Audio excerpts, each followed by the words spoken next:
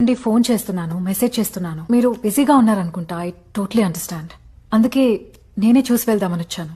Phone కి message కి reply ఇవ్వలేదంటే busy అని కాదు, మాట్లాడడానికి ఇష్టం లేదని. ఏ వేద, ఏం మాట్లాడుతున్నావురా?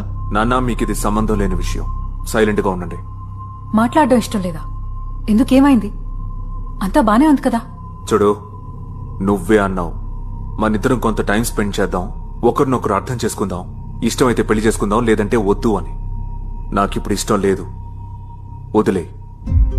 అలా అయితే ఎంగేజ్మెంట్ ఎందుకు చేసుకున్నా? పెళ్లి కాలేదుగా. ఎంతమంది పెళ్ళయ్యాక సెట్ అవ్వట్లేదని విడిపోతున్నారు. నేను నీకు ఇంకా ముందుగా చెప్తున్నాను, నీ జీవితం నీది, నా జీవితం నాది.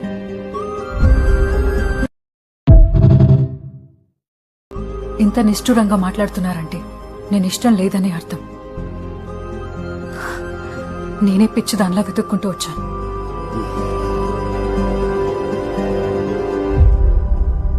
నేను ఇష్టపడిన వేదాంత్ మీరు కాదు. చాలా చేంజ్ అయ్యారు. సరే, ఇంకా మీ జీవితం మీది, నా జీవితం నాది.